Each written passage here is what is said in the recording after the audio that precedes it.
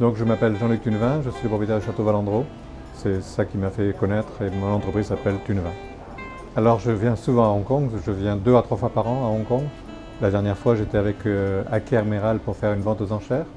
Et là je suis en train de faire avec un de mes partenaires japonais-chinois, chinois-japonais, donc un peu de promotion pour mes vins. Pour le marché en tout cas du vin de Bordeaux, à Hong Kong, les marchés chinois adorent les vins de Bordeaux. Et l'avantage de Hong Kong, c'est qu'avec la nouvelle possibilité de recevoir les vins sans taxe, ça fait que Hong Kong devient le centre du monde du vin. Au Japon, je suis très très célèbre.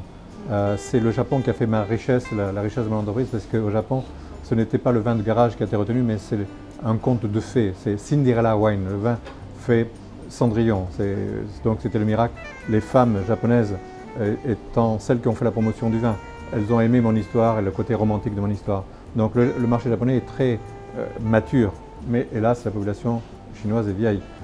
Les Coréens sont très modernes, très à la mode, donc ça marche. Hong Kong est ouvert maintenant dans les vins du monde entier, on le voit ici.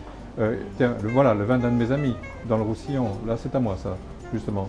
Là aussi, c'est des vins à moi. Donc en fait, aujourd'hui, tu as des vins allemands. À Hong Kong, il y a tous les vins, comme à New York. C'est donc des vins très normaux pour nous. Le plus compliqué, c'est le marché chinois qui est encore très prisonnier du classement de 1855 de Bordeaux avec Lafite, Carouillade. Mais comme ces vins sont devenus très chers, c'est une grande opportunité pour nous. Même si on est cher, du coup, on n'est pas très cher.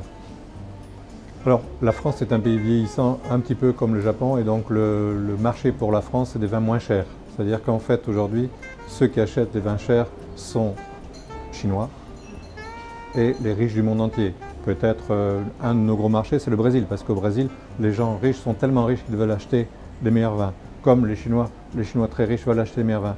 Mais on a connu ça il y a 20 ans avec les Américains. C'est les Américains qui achetaient les vins les plus chers. Après, ça a été les Russes. C'est toujours comme ça. Demain, ce sera peut-être les Indiens.